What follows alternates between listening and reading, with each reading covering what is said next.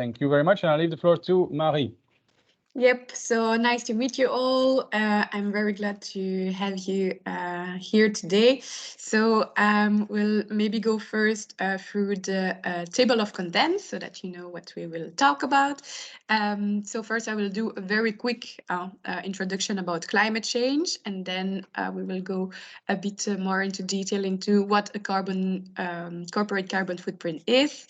And then I will do a tool demo, and I will put you guys to work as well. And then I will go through a bit more into details into the practical next steps that you would need to take on. So what are the rules for this session? Basically, please mute yourself if you don't have any question. But the goal is really to keep it interactive.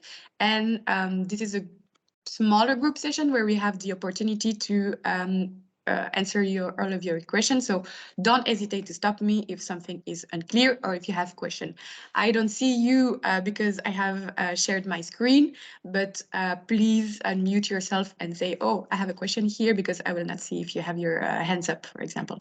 We have a special Q&A set up after the tool demonstration. So I maybe advise you to wait until here so that we can answer your question more into details and with a lot of information on the screen, let's say.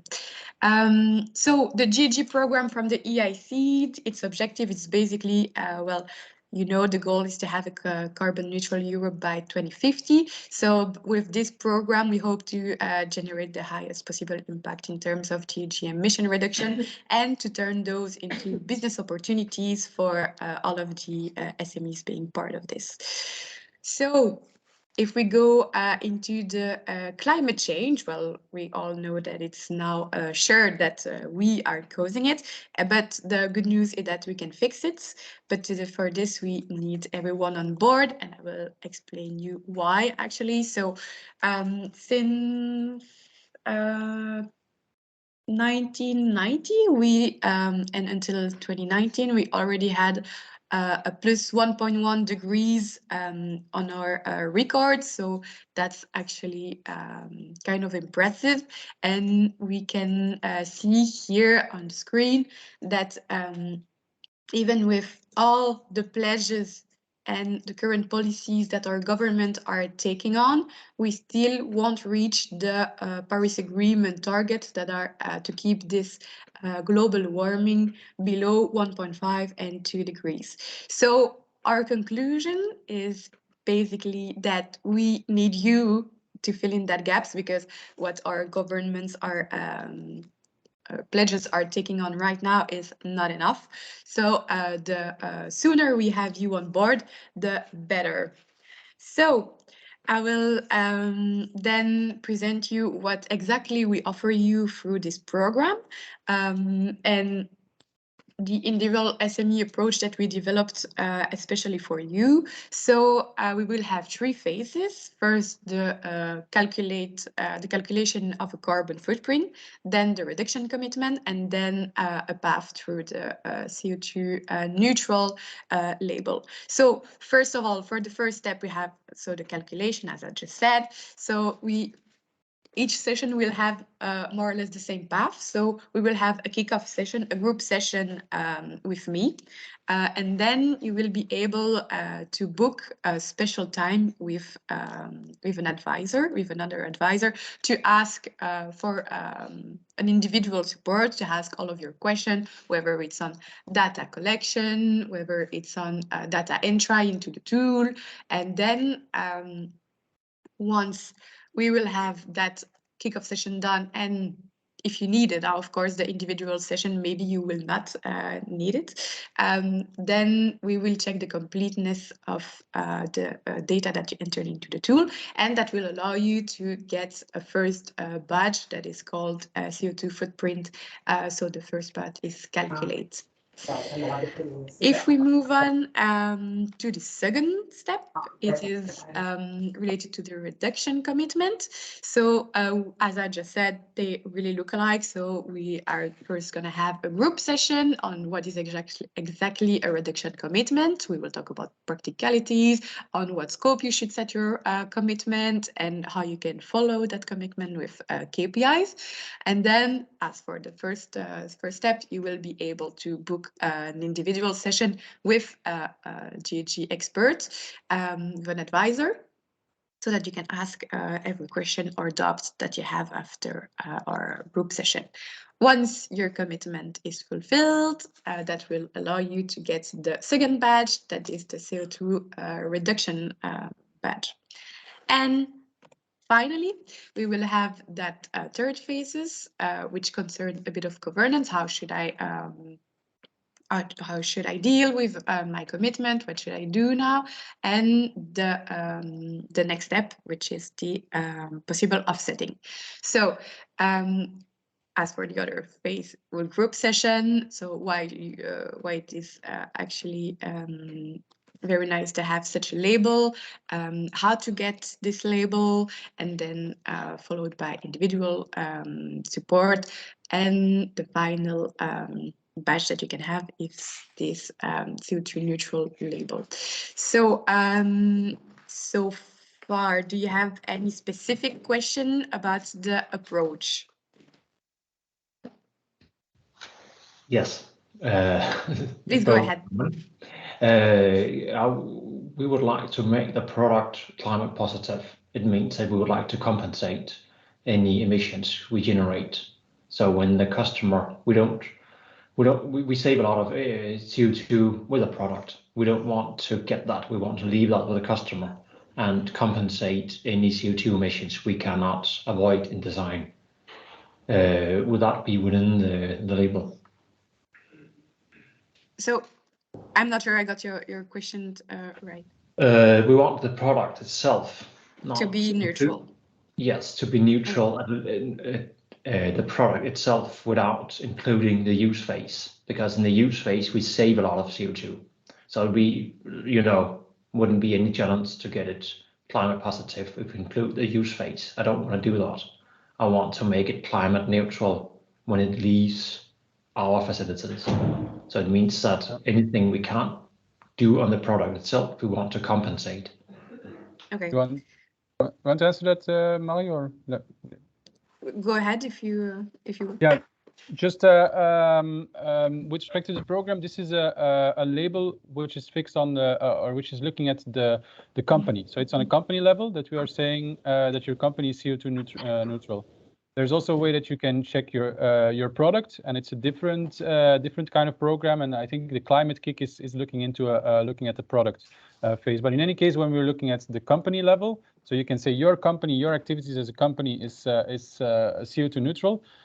We will do that, and that doesn't take into account the use phase, because we are looking at upstream and we are looking at your consumption while you're producing it, but it doesn't take the use phase into account. And for sure, to get the CO2 neutral label, we will ask you to have a certain reduction commitment of about 5% per year. But of course, you will not reach zero tomorrow. And so indeed, there is a way, and that's the way you will do, is to compensate the part that you cannot reduce. That's the way you will get to CO2 neutrality. Absolutely. Good, thanks. So I have one question on this line as well.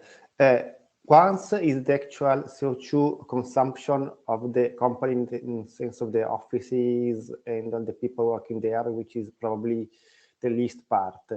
The other large part is the manufacturing of our products, which involves some machining, which involves some manufacturing processes, which in partly are outsourced. So we don't really have control, in the sense that if we ask a third-party company to manufacture or to mill a piece of metal, they do. I mean, at the most we can pick up another company, but we cannot interfere within a company. And if, depending on where this company is based, and depending on the electricity mix of the company, or of the country, of the region, the figures change quite a lot. So the first thing we need to work out this thing.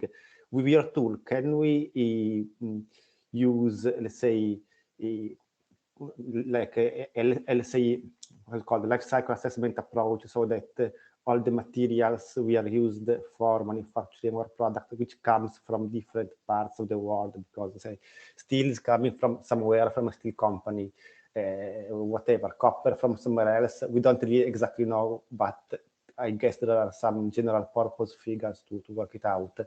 And based on that, and based on roughly the country where we think these raw material coming from, we have estimate of the CO2 per ton of material, so we can roughly estimate what's the carbon footprint of our assembly. Then how many years we need to pay it back with the energy we generated, that's another story, okay?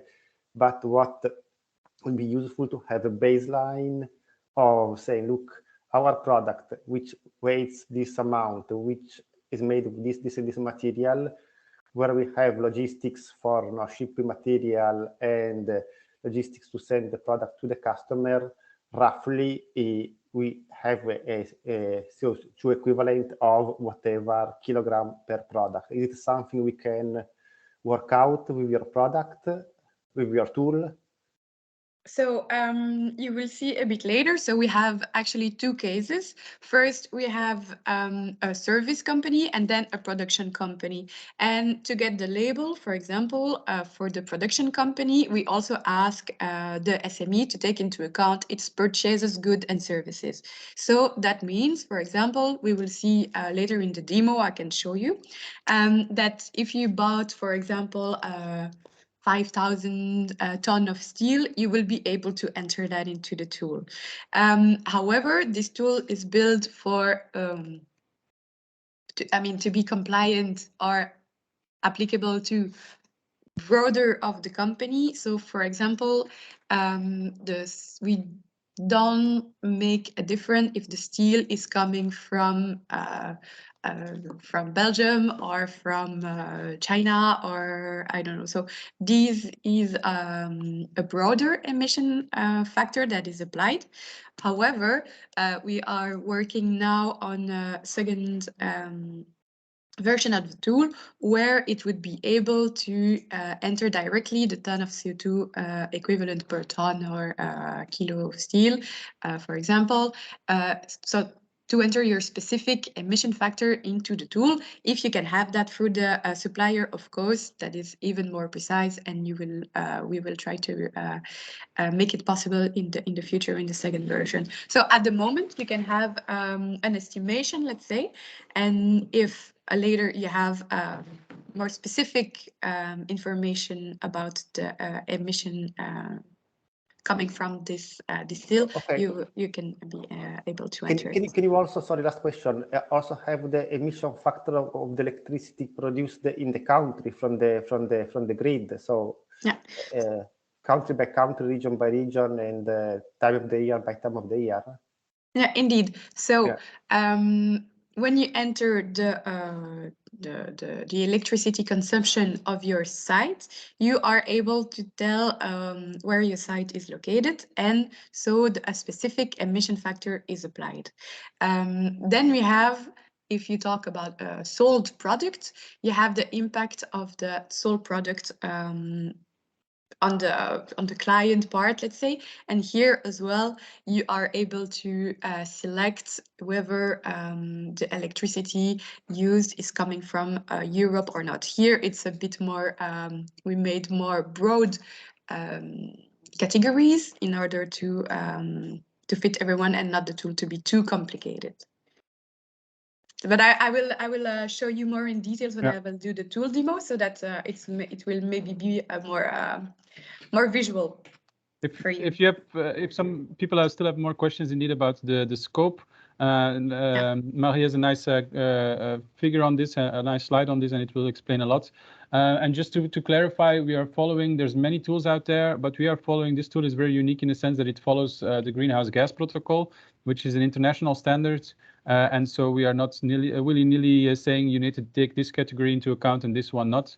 We are following international standards and the best standards that are out there. And that gives clarity on what you need to take into account and what not. Yep.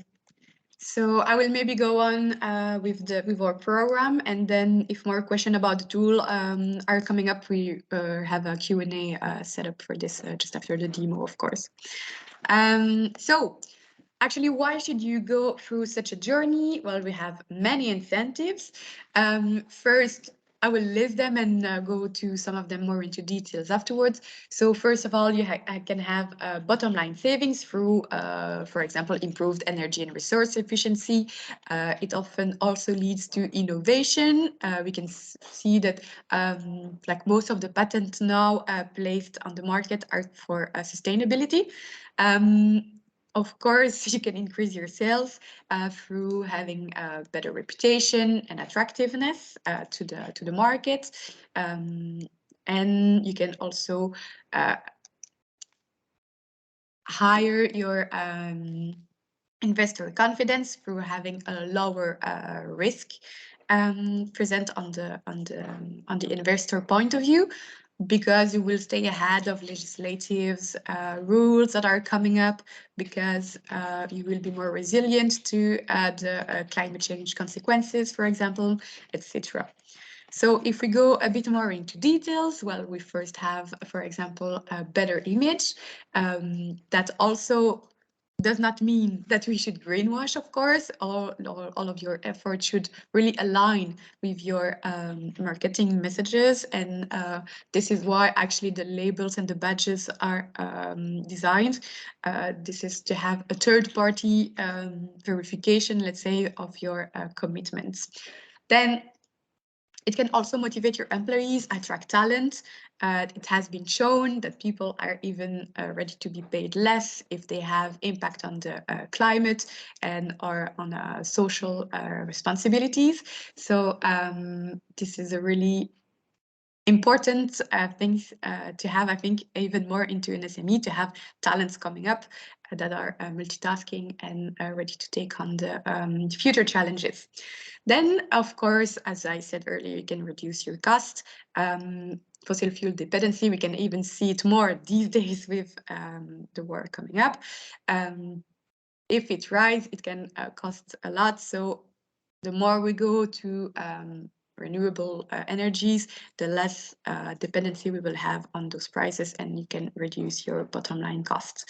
And then finally, we can focus on the Sustainable Development Goals, which can strengthen your climate action, and that can result in multiple co-benefits regarding those goals. So that will also better your image, but also motivate your employees. So basically all of the incentives are quite interconnected, of course.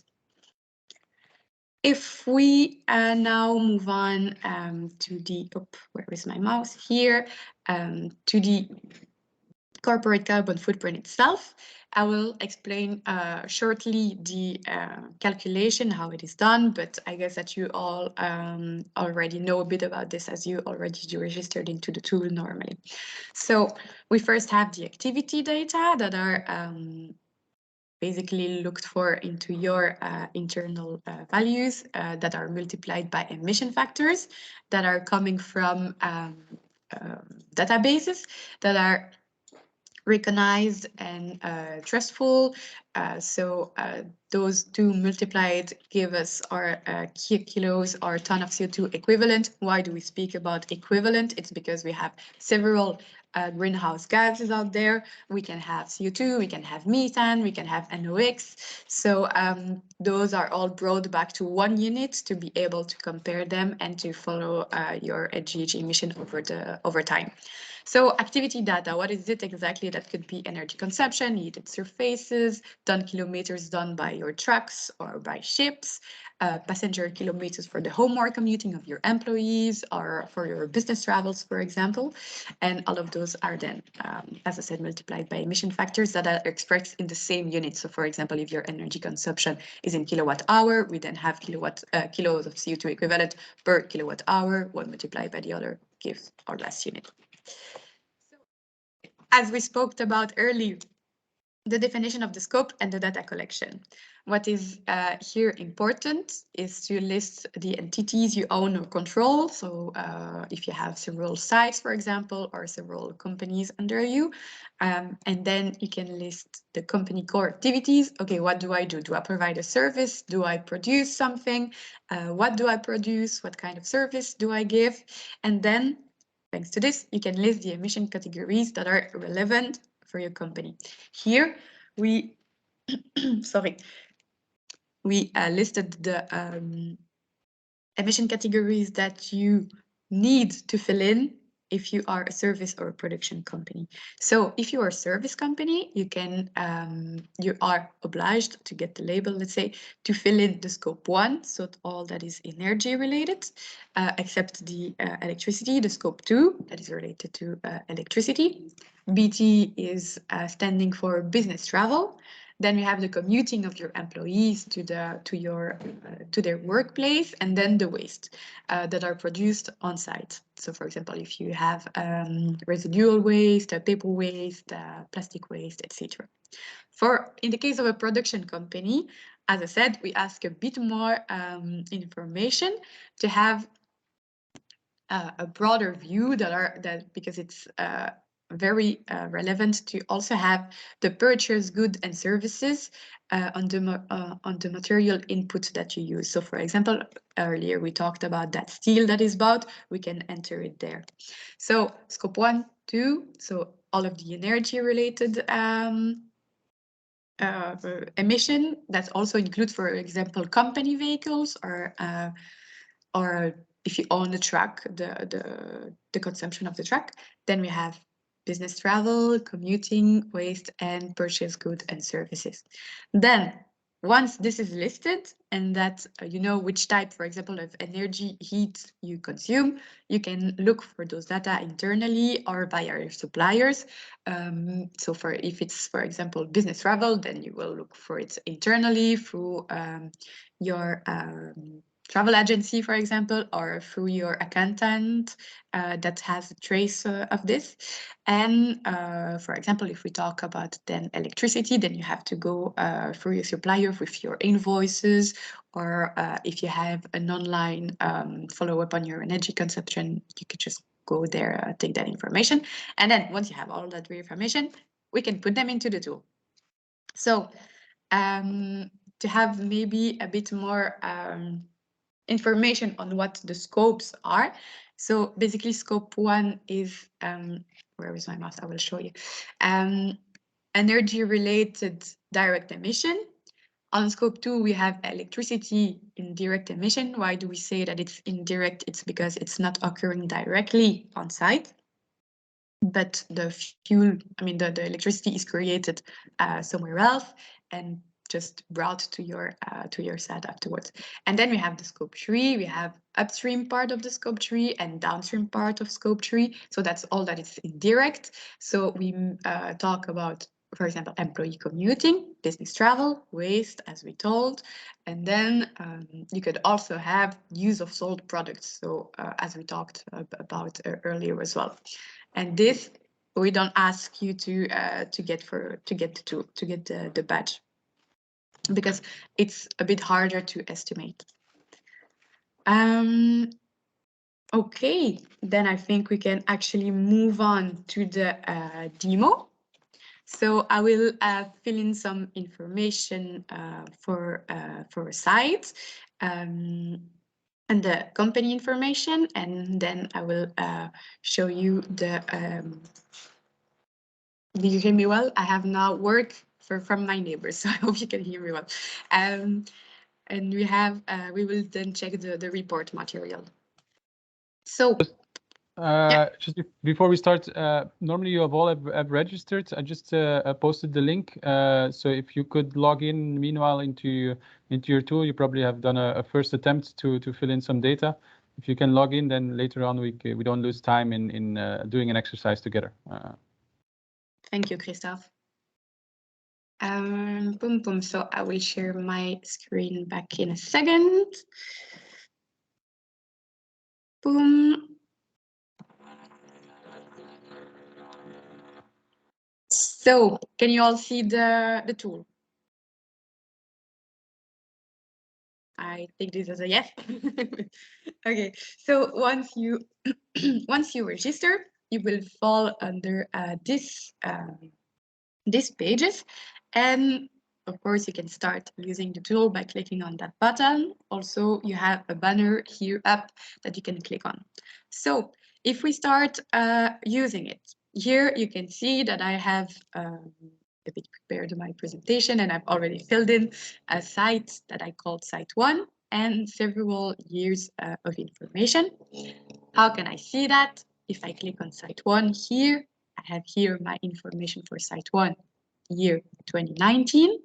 Okay, so now here I can have the basic information about my site for this year. If I move on, for example, to the year 2020, I can see that here I also have my update of this information. And from 2019 to 2020, I got 3 more employees. So I move here from 2 to 3. This you can also change, well, if you go to the site page. So here you can see that there is a little pen so that you can edit. So here, for example, you can see that we have the site values for 2020 that I entered here. If I move back to 2019, I can also see. Now, if I want to add a site, I can click here on Add Site. I will write 2. And this one, I got it in Belgium, not in France anymore. I have expanded, and we have, for example, only 50 square meters because it's a new site, and I only have 2 employees. My turnover, if I cannot, for example, spread them between the sites, I can put 1 here and say it's only 30 in million in not 30 million. That would be nice. 30,000 in 2019. So I save my information. Always don't forget to save what you do. And here I will have then later on my site 2 that is added to the next years. I can also say, okay, this year in 2020, I got 3 employees now in Belgium, and I save. You can see that then here I will only have 2 employees in Belgium, and in 2020, I will have 3 employees. Now, if I want to enter data about my site, I can go back to here, the banner, and go back to the initial, let's say, page. So I will have site 1 and 2019. That means I have to click on site 2. And then here, as I said earlier, I can have the summary of my site information that I can edit here, of course. And below, you will have all the emission categories that are possible to enter. As I told you, scope 1 and 2 are direct and purchase energy emission. And then we have scope 3, that is other indirect emission. Basically, scope 1 and 2 is very easy to fill in if you have the data available, and usually it's the most easy data to get internally because you have that on invoices or on, for example, fuel cards from your employees for your company vehicles, etc. Also, what is nice to know is that here on the right, you always have some guidelines that you can read. For example, we have a definition of scope 1, 2, and from scope 3. Then you have some kind of other definition about other categories. Now, you can also click on Open the Tool Guidance PDF here, and you will have another guide to help you going through going for the tool if you need it. I will go back to my site 2 for 2019. So here, let's say I want to enter a company vehicle. We can see that I haven't started yet filling in that category. How do I start? I click on edit here on the right. And then here I can see, okay, I have now the info to fill in. So here we have the category.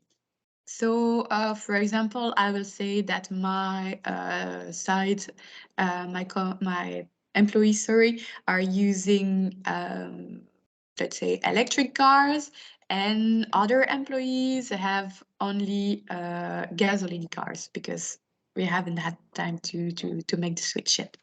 Now I can enter that data into several units. We have kilometers, euro, or kilowatt hours for electric cars. We can see that, for example, for gasoline cars, I don't have that kilowatt hour because it's specific. So while you do your data collection, don't hesitate to go into the tool and see which units are available so that you can fine tune your research in your internally or to your suppliers. Now, I can say here, okay, gasoline cars, unfortunately, I only have my invoice. I don't have the kilometers. We always prefer to have liters, for example, as a first data because it is more precise. You can do 100 kilometers, and if you're a fast runner, a bit nervous, you will consume way more liters than someone else. So we always prefer to have the liters. Then second option is the kilometers. And let's say last option that is a bit less precise is the euro. So here I will enter my data in liters because it is the most precise. So how much kilowatt hours did my electric car consume? That I have only one employee. Let's say he worked not all of the year, so we only have 100 kilowatt hours. The other employee got a gasoline car, so he did maybe, he used, let's say, 500 liters. I now put random numbers, but don't do as I do, look for your data internally. And then I can say, okay, I don't have any more company vehicles, so I will mark this section as complete. Once I select this, I save. Also, if you have partial information at the moment, you can start filling it in and save it. There is no problem that it's not complete directly, of course. So you save it, successfully saved, and then you have two ways of working. Or you go back to your calculation page, or you can click here onto next for your to go to the next, if you will. Okay, on the next, so that you can have your the next category. Please always check. Okay, I'm still on site 2, 2019, and now I'm moving on to on-site energy. Here, I only consume natural gas because it's the most common in Belgium, but here I don't have precise data. I don't have my invoice, so I only know, for example, that I have, how many did you say, 50 square meters, I think, and that will calculate your emission based on a benchmark. This section is complete. I can save it and move on to the next one. Greenhouse gas leakages and losses. So this is related to your air ecosystems. So if you fill in, for example, I have this kind of refrigerant material, and here normally you should know what kilos of refill you have to do into your system through your maintenance report that has normally to be conducted once a year. If if it has not been done, you can always put the kilos of charge that is into that system. Now here, let's say I don't have any refrigerant leakages, actually. I don't have any system, so I can mark this section as not relevant. So I will delete this entry, because you will see if I try to mark this section as not relevant and save, it will say value required. So you first have to delete this entry and then mark it as not relevant and then save. This has been saved successfully, and then we can move on to the next. Greenhouse gas losses from chemical processes, not relevant either. I delete my entry and I go back to the next section. Electricity consumption. I have it. Is it green? Is it gray? It can only be green if you cover it with, for example, guarantees of origin 100%. If your suppliers say to you, okay, I have in my mix 10% of renewable electricity, we still consider the whole consumption as gray, because it has to be 100% covered by guarantees of origin, for example. Why do we say that if 10% is green, we still put it as gray? Why? Because our emission factors that is applied to this consumption already takes into account the fact that in the mix of the country, there is a part of renewable. So that is already taken into account. So here I have a green electricity contract in kilowatt hours, and I consume 150, I don't know, kilowatt hours. I mark this section as complete, and then you can save it and pass on to the next one. I will now go back to my initial page. Pay attention that once you click on this, you go back to site 1 for 2019. So you have to click on site 2 to have the overview. Here, I can see now, okay, this is completed. We've done that. This is completed. We've done that. This we haven't started yet. And the greenhouse gas losses, we marked it as not relevant for us. So we go on and on like this. And I can maybe focus on special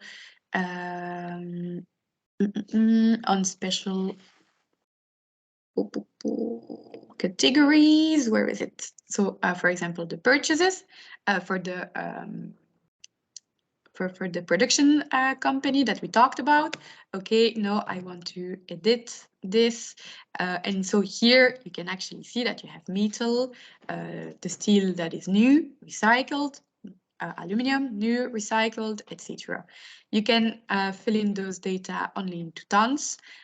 If you have them into another unit, don't hesitate to go on the internet and check a conversion factor, of course. Always try to have a trustful source. If you can have that from your supplier, that is the best. So we have a lot of goods that can be purchased here. If, for example, you're a service company and that you still want to enter your paper, you can still do it. No problem for this. So that is it. So I can go through a bit. So you have food products as well. If you have catering services, for example, or that you produce something in the catering. So here are also standard goods that you don't really know under which part it goes, that can be entered into euros. So up, I will then go to one more, maybe categories. Let's say the waste. And then we will go to check the report, and then you will I will ask you to work a bit and to fill in some data yourself. So for the waste, here you have the type of waste and the type of treatment it has been done. So you have, for example, incineration, landfill. If you don't know, that's a known treatment.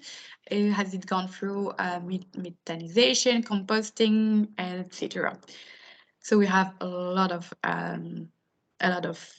possibilities, even more the hazardous or special waste with a specific treatment, and those you can enter up into cubic meters or tons. So that is it.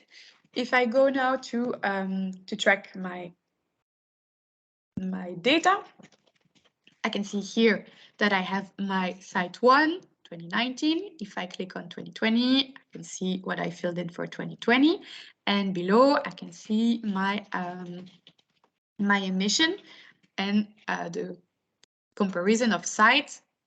Have then to select also my second one. And then I can see my, where is my, okay. And so here you have between the years, the comparison.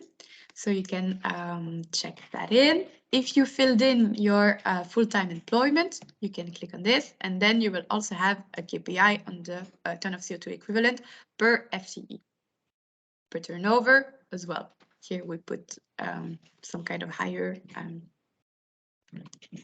turnover.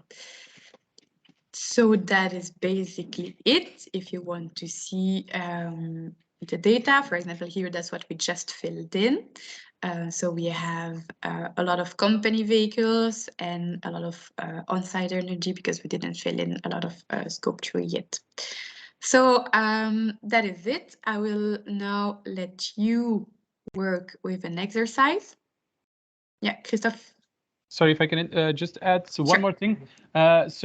Just when you're filling in your data, there's a lot of data and categories that you can fill in. And of course, the more that you can fill in, the better, and the more accurate your corporate carbon footprints. But it can be, of course, that you cannot fill in all categories, or that some categories are not relevant for you. That's what Marie explained in the presentation also. There is, if you want to go to that batch system, your personalized batch is claiming that your company has calculated their carbon footprints. There is a minimum requirement of categories that you need to fill in. And if you want a small remembrance of that what these categories are, Marie, if you can share again your screen, you can see when you're filling in the different categories. If you drop so down. Here you have the.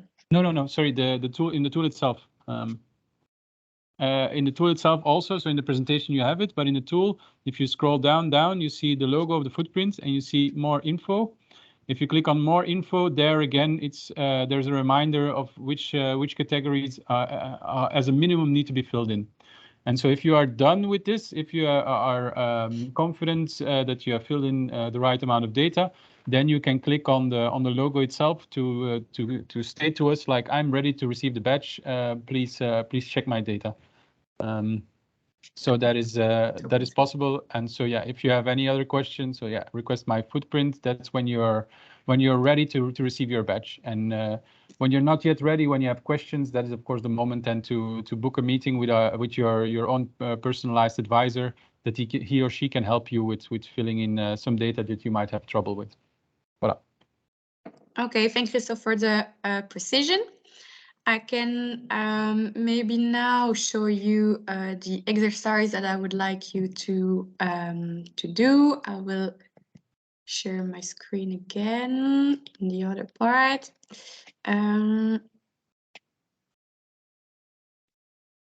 Boom, boom. And here you go. So what I ask you to do, it normally shouldn't take you more than 10 minutes, is to fill in the tool, like go to your tool and add 2 new sites. Please don't mess with the data that you might have already filled in. So I add other sites that are called site 1 and site 2. We will erase those afterwards so that don't mess up with your real data. So I ask you to create 2 fictional sites. You can add their location wherever you want, the turnover, whatever you want, the number of employees, whatever you want. You can change it between the years also, as I showed you. And then I ask you for site 1 to enter the company cards and the grey electricity. And for the site 2 to enter natural gas consumption and a homeward commuting data with a private car. So I think you've already filled in the registration, and you've already logged in. And then I will ask you to present the steps that you followed, and one of you can maybe show me how they have entered this and what results they got. So I will shut up actually a bit now to let you work in the calm. If you have question on the exercise, don't hesitate to ask me. And in 10 minutes, I will go back to you, and I will set a timer, and I will ask you to one of you to present me its results. Is everyone? Is it clear for everyone? Yes. Thanks. Yeah, I try. Okay, then I'll let you work. I put the timer at 11 to come back to you guys.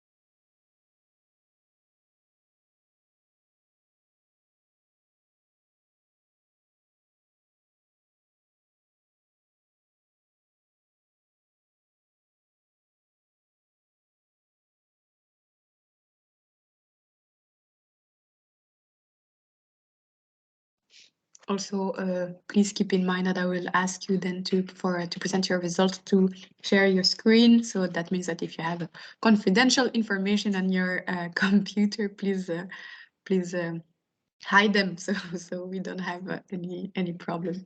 So you're free. And if you have any question about the exercise, don't hesitate.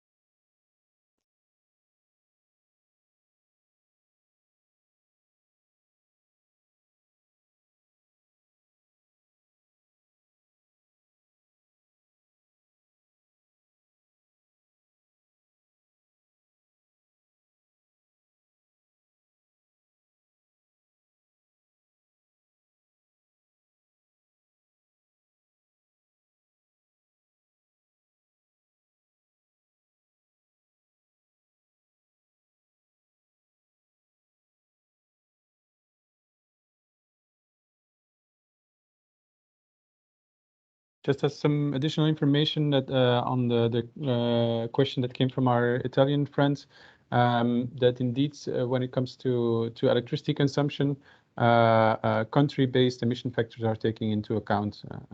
So if in case that wasn't clear. Okay, thanks.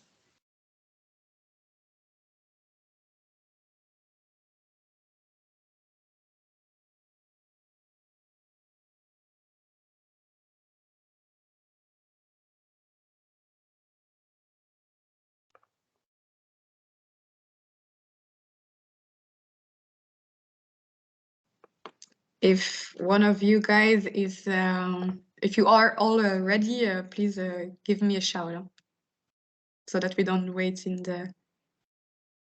silence.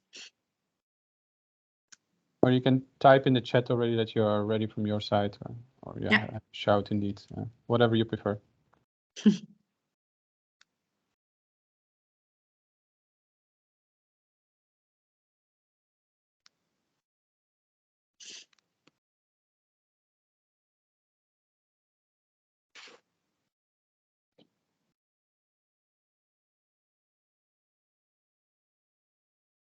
Normally, all of your results, guys, will also a bit depend on the location you choose for your site, as we have a gray electricity consumption, so we will not have the exact same numbers. So don't be afraid if you don't have the same.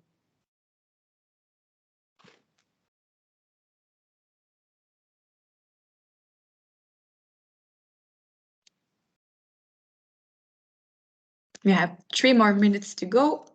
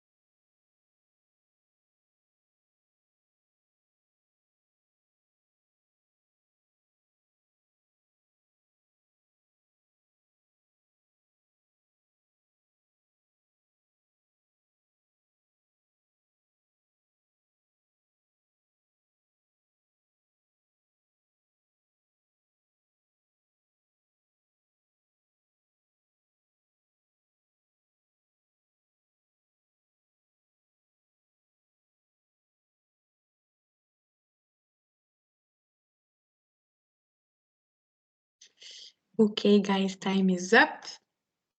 I will stop sharing my screen, and I can maybe ask one of you to be voluntary to present it. Or do I have to be the bad teacher designing someone? Bo has volunteered very kindly. Allowed to volunteer. Perfect. Thanks. I'll share my screen just a second. Here we are. So this is the overview. This is the actual departments I put in 2019. The numbers.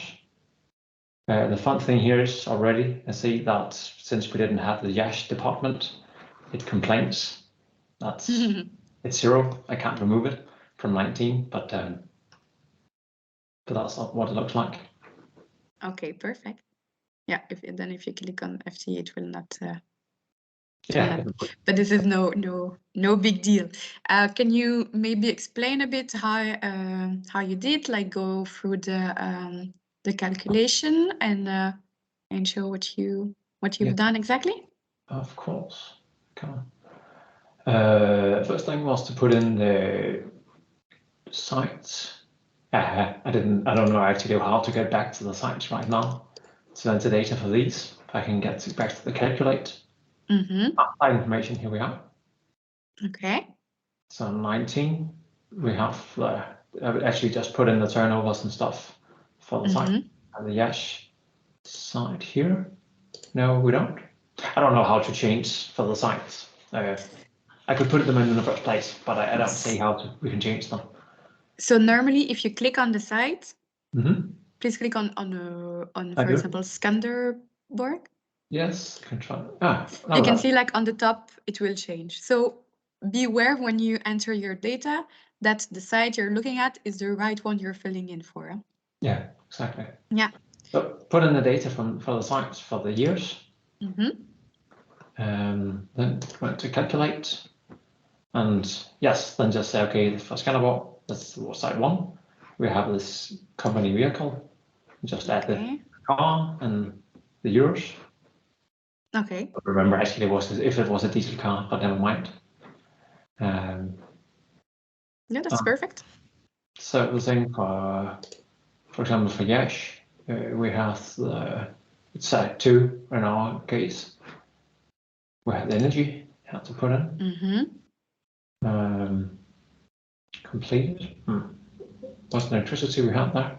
Yes, the 15. Electricity. Okay.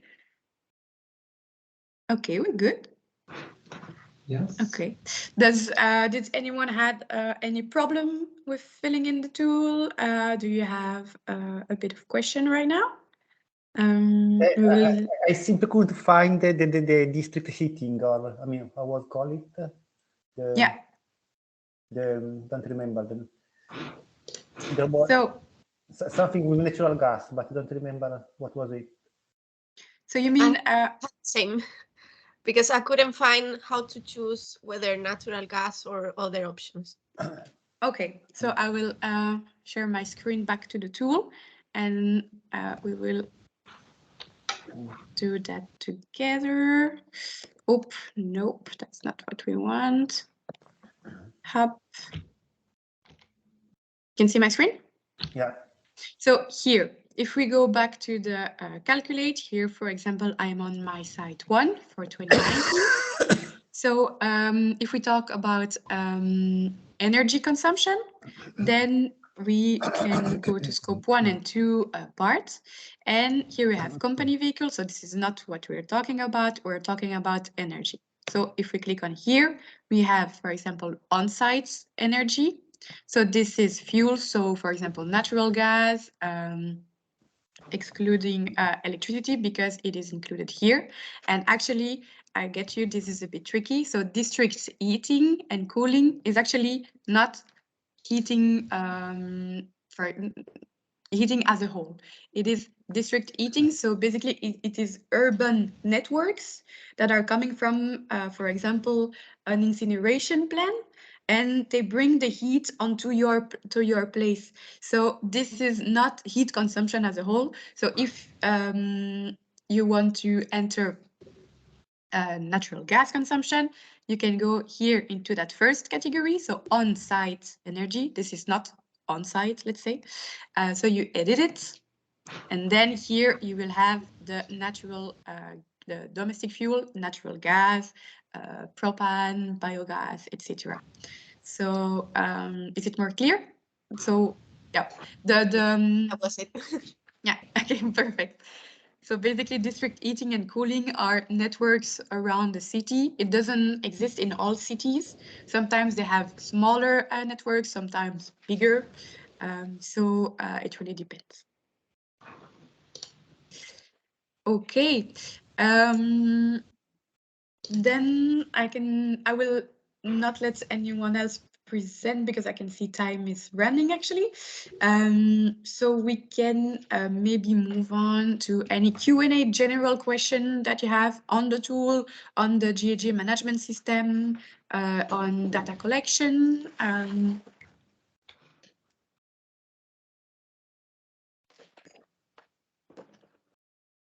Yeah, go ahead or shout. Michael, I can see you have a question. Yeah, I have a few questions. If what you're using is not remotely anywhere in the tool, how do I add the materials that I use then? Do I find somewhere a number for the produced CO2 and then calculate the tons of iron or steel instead and put that in, or how do I do that? Because none of the things that I use is in the tool. Okay, none. Okay, good to know. So as we said earlier, actually, so we're gonna have a second phase of the tool where you will be able to enter normally specific emission factor or more category. So correct me, Arthur, if I'm wrong, but we normally could be able to enter directly the number of ton of CO2 equivalent that are I think there's two important points. The thing, we had lots of feedbacks about this point, about how I can add specific emissions and specific emission factor or specific products. So we are working on it to be able to add it in each category so that you can still follow the GHG protocol. This is the first part. And the second important point is that in individual support, when you're going to discuss with your expert, we are able to maybe look and find some specific emission factor for you. For instance, we have I'm supporting a company, and the company has lots of chemical products, specific chemical products, paraffin, this kind of thing. And we were able to have a look in our database and find the good emission factors and we can provide to you. We can identify for you reports that mention the good emission factor, and yes, other solution is to ask your provider if they have the emission factor for your products. But just for clarity, also for other people, I can understand indeed the question from you. But normally, we always have to try to find a balance between making a tool that is suitable for everybody and being specific enough. Normally, and that's our experience, that's with all the categories that we have, let's say 90% of you should be able to fill in all or almost all of your categories. But of course, if you have something very specific that you're dealing with, we didn't want, of course, to have 200 options from purchase goods and services to choose from, because otherwise people get confused. But we will cater to your specific question indeed and make sure that you can fill in that material as well. As I said, I had that's very nice. I said I had a few questions. Is it possible, because it actually annoys me a bit when I sit with the tool that says, oh, it takes 2 minutes to fill in if I have the data available. But the only way to figure out what data to put in is by click in and look. Is there a piece of paper or PDF where I can actually see the data that is required? Because it does not take 2 minutes. It takes 2 hours. Or it does not take 10 minutes. It takes 10 days. So, and there is no real help on what I should actually choose. So a sort of a guideline or prepare this, then log on to the document or to the tool, because I think I've thrown my computer out the window 10 times trying to fill out this. Okay, so that is already good to have a We're feedback. ground floor, it still works. This is good to have a feedback like this. So this is why we advise normally SME to build a data collection template that can ease the data collection. So with, for example, the list of emission categories that I provided you in the data collection slide, you can already see, okay, scope 1, 2, business travel, all that I have. Now, and we have these ones, by the way, in the individual sessions. You are given these these data collection files. So indeed, that question that you have, you get a small Excel in the individual session where you can fill in the data in an Excel, and then later on you can fill it in the tool. Good. It's just because we've been through another program where I have all my CO2 emissions mapped, and I have it in a very nice Excel file, and I can use none of that information to put into your tool. Is it the product carbon footprint tool? No, it's a company. But I need to recalculate everything, and it's very time consuming for me. Okay. Yeah. But on that tool, do you have the activity data set up with the unit next to it? Clearly set up? More or less, yes. Okay, then I think it's of course I believe you, but it's a little bit strange because indeed we are asking standard kind of data, but I think that's something very specific that we should for sure tackle with your let's say your personal advisor, and we will take if you book some time slot with him, you will be contacted this week. Everybody of you, by the way, to book a time slot with a private advisor. And he will be able to help you and make sure that you don't have that kind of frustrations, because we're sorry to hear. Yeah, actually, anyway, having Excel file where all the same entry we have in the web app in this moment are listed with 3 columns: name, unit, and then we look up all the information, how many kilometers we are doing every year, and so on and so forth. So we can. After that, it's just a matter of data entry into the tool, because otherwise it's continuous now. No, that's indeed past pages, and then you log out, then Windows is crashing, then all these nice things, and but perhaps I don't know if maybe some partial calculation can be also implemented in the Excel file. So, for instance. I mean, not everybody, otherwise, I mean, Excel would do everything, but what is just a matter of just a few sums, if the Excel file, so it's also a way to double check that we haven't forgotten anything, or we can play some sensitivity analysis quickly on Excel before going on the official tool and entering everything there. I think indeed the data collection file, as you will see, we have it and we can share it with you. We cannot, it's not the idea that we throw it on the internet for everybody, but in your individual session you will receive one, and then you will be able to see very quickly which data you have or you don't have yet. If you have some specific questions about calculations, if you're not sure about this, once again, we can do those calculations a bit for you or together with you to have you get a feeling on if you're on the right track or not, or if you have any doubt about some outcomes in the tool. Yeah, I guess that somewhere there will be also sort of a user manual which also explains a bit the theory behind in the GHG protocol, just to have an idea of what this number are coming from, what is constant and coefficients which are inserted into the code, which are hard coded they are coming from, and how they could evolve over time, maybe, because I guess we have a user manual if you are in the tool on the right hand side, you can click on the user manual. It is there, or on the bottom. I think there is also a link there. But there also we try to provide this tool for SMEs of all kinds of types and shapes and forms. And there you also have to try to find a balance between having a manual which is extremely long and nobody reads, and having something that is accessible to everybody. So we try to find a middle ground there. Okay, okay, no, everything is clear. Any more question, Bam? Paul, I think. Oh, Yes, when we have multiple sites and some other sites are not running all the years, can we turn off the LCA for the years it doesn't run without going into each category and set it to 0?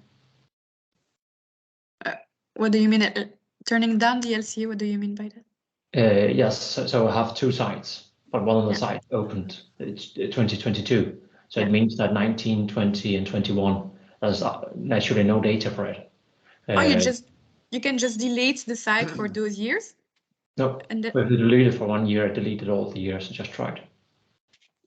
Yeah, but okay, then. You're not obliged to fill in data for all the years, for every site. You can fill in the data for the sites for the year that you have data on it. You're not obliged to go 4 years for each site, for example. In general, you're not obliged to go for all the years. Good, thanks. What about if some sites are shared with other companies? I mean, let's say you are in a co-working space, or maybe you have some services like accountancy, which is outsourced. So it's basically another company which spend like 10% of their full-time equivalent working for you and the other. Yep. So we just add another site and we divide it by a percentage. Exactly. So that's what happened a lot actually into a corporate carbon footprint calculation. For example, we are based in a co-working space. So what do? We check with the office manager of the co-working space. Okay, what is the energy consumption? What is the do we have ecosystems here? And so there it requires a bit of time for looking through to this data, and you can apply a ratio, as you said, of, for example, square meters that you use. You can also, if the conversation with the co-working space is too harsh, just estimate the square meters that you use, and then you can enter that data, and we would use a benchmark. Okay. And also for services which are outsourced, can you have, I mean, full-time equivalent or just integer numbers, or you cannot put like 0.2, 0.3 just to cater for a person that works part-time for the company? So what you say is that you cannot enter a... No, I haven't checked it, but let's say if you have somebody, okay, we have a site, let's say we have a case which all the accountancy is outsourced to an external company, and so these people are actually not working full-time, are working, let's say, part-time, but less than part-time. So probably in terms of FTE will be like 0.1, something like this. Can we enter things like this into having like a site free, or we just ignore it and we increase a bit the figure of site 2 and site 1? I would advise, like if they work on site 1 and 2, I would advise to hire the number on those sites. So for example, if your accountant that is a part-time worker is coming to your main office every day, you just include that FTE into your FTE of this main site. You don't need to add a third site to put them there. Okay, and last thing, since now lots of people are doing remote working, so maybe they are 2 days in the office, 3 days at home, or whatever. How do we treat it? Like 2 sites, home office and just office, or how do we do it?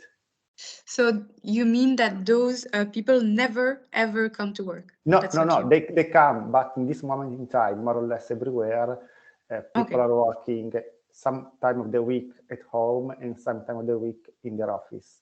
Yeah. So how do we account for that? So your number of FTE, you take it as it is. It is related to the number of working hours. Yeah. But if you go to commuting, then this has to be taken into account because you will avoid a lot of kilometers done by train, by a car, or whatever. You also have an emission category called teleworking or home working. Yeah. Arthur, which name exactly is it? Maybe you know it better than me. Teleworking or home No, working? I'm not sure. We have something about teleworking, and I was having a look specifically on this point. And for instance, the consumption of electricity and this kind of thing done at home. I'm not sure we are dealing with it for now in the tool. Okay, then that would be for sure something that we would include because it's now becoming structural in every SME and in every company actually. So we personally put that under the homework commuting a category because this is where most emissions are avoided. But indeed, as we say, it creates some kind of bounce back with the electricity that you consume at home, with the heat that you consume a bit more at home, etc. We have a specific emission factor for this internally that we can apply into the tool. So, yeah. Sorry, correction. There's Right, something it's in daily commute. just to explain, things. homeworking is in, and so it's the most important, as Maria said, is the fact that if people are homeworking, that you of course don't take them as kilometers driving to work. We have indeed a small factor for when they're working at home because they're consuming energy. It's not, let's be honest, it's not the most important factor because usually it's quite a low consumption. So that's why it's something actually quite new that has been taken more into account in the most recent time, also in our company. But so it's included, so you can include it. So if you go to homework commuting, you normally should have categories saying homeworking. Then you enter the number of days that they've worked home, and then it will calculate the bounce back effect. Of course, then pay attention to only take into account while you calculate the kilometers done for the by the employees, to take only the work days at the office and not the total working days onto the year. Do we have further question? We have maybe 2-3 more minutes, and then I will go through the next steps. Maybe if there's still questions about the journey, about the fact that so we have this group session, then we will contact you. One personalized advisor will contact you for individual sessions, how to get the first label, how to get the first batch on the carbon footprint, the second batch on reduction targets, and then finally the label on neutrality. I don't know if there's still questions on, because most questions that we had until now was really on the tool specifically. But if you have questions on the journey or how we're going to support you, please let us know as well. Okay, then I will go back to my presentation. Here we go. So where is, okay, we good.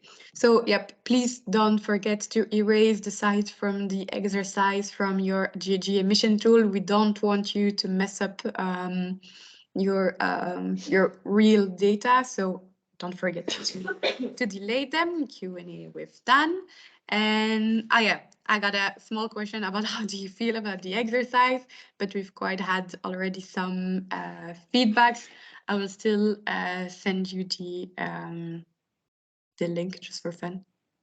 And I'll stop sharing because I need to find the link. If you go on to this link, you should be able to vote. And I will share my screen back.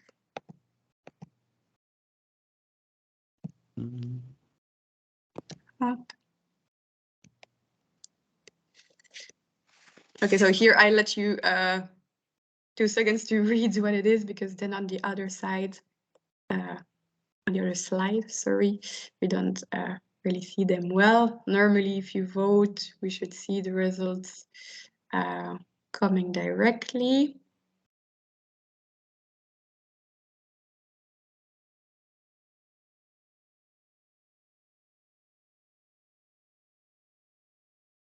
Okay, I got one results only. Two, but I don't see the.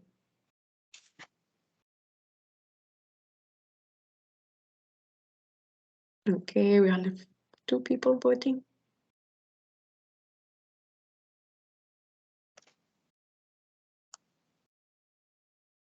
3.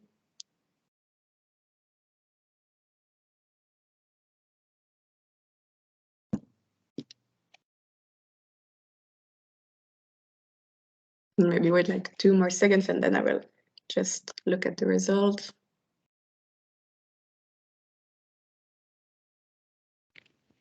But I think I have to unshare my screen because my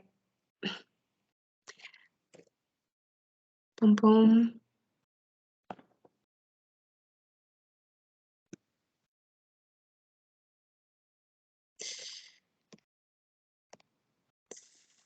So, well, okay, so I think I got problem with internet. I can see the result, but I hope that you all said you were an expert.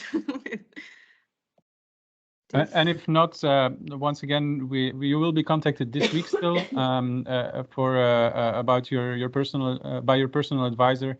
And if you have questions, if you have problems, you will be able to book a slot with him. And it's quite, I wouldn't say illimited, but we're not saying like you can only call him once. You can try to book as many times as you want until you are there. We are really here for you, and we will guide you until you are there. Yep. So if we then go back to I'm sorry, we cannot see the result. I'm a bit disappointed, but I can share that with you afterwards. So boom, boom. Our final slide is the next step that we have to take on. So basically here is today the kickoff session. Then in the 3 weeks that are coming, as we said, you will be able to book any a slot with your personal advisor that will be assigned to you. We will communicate you how to do so with the communication of your specific GHG expert. And then we expect you to have completely filled in the tool by the 18th of April. Why? Because the next week, the week afterwards, we will have the group session on reduction commitment. So we really push you forward this completion of the tool by then, so that you can follow the next step and we can all improve together and ask questions if still some are to be asked. And yep, that's it. So I hope that you liked that session, that you learned, and we will come back to you then with your personal GHG expert. Do you have any question left? We have still 2 minutes. There's one question in the chat about the home working commuting kilometers. So indeed, it's just it's calculated in days most easily. So if you know, let's say, I don't know, somebody worked half of their time at home, then you take 365 days and you say half of 365 and you fill in those amount of days, and then it will calculate for each day like a small emission that is taken into account because they are working for you from home.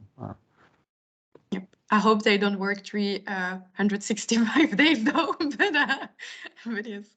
A good point. Sorry, my apologies. In every country it's a little bit different, but in case you don't know, like general averages are like 20 working days a month, depending on the country. If that's a rule of thumb that you can use. My apologies. No worries. Okay, well.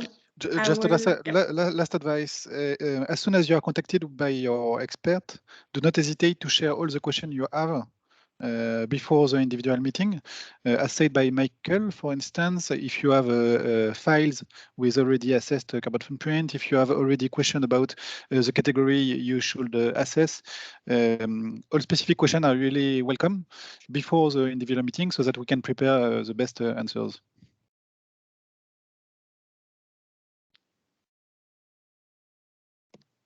Okay. Well, I was really happy to have you all here, and I really hope that I will see you on the 27th for the commitment group session regarding reduction. And so, as said, if you have any questions, don't hesitate to ask to your advisor. They will be really glad to help you through the whole process. And yep, I will see you guys next time. Thank you. Thank you very much for your time, and very glad to guide you through this exercise. Thank you. Thanks. Bye. Thank Bye. you so much. Bye bye. Bye. Bye. Thank you. Bye.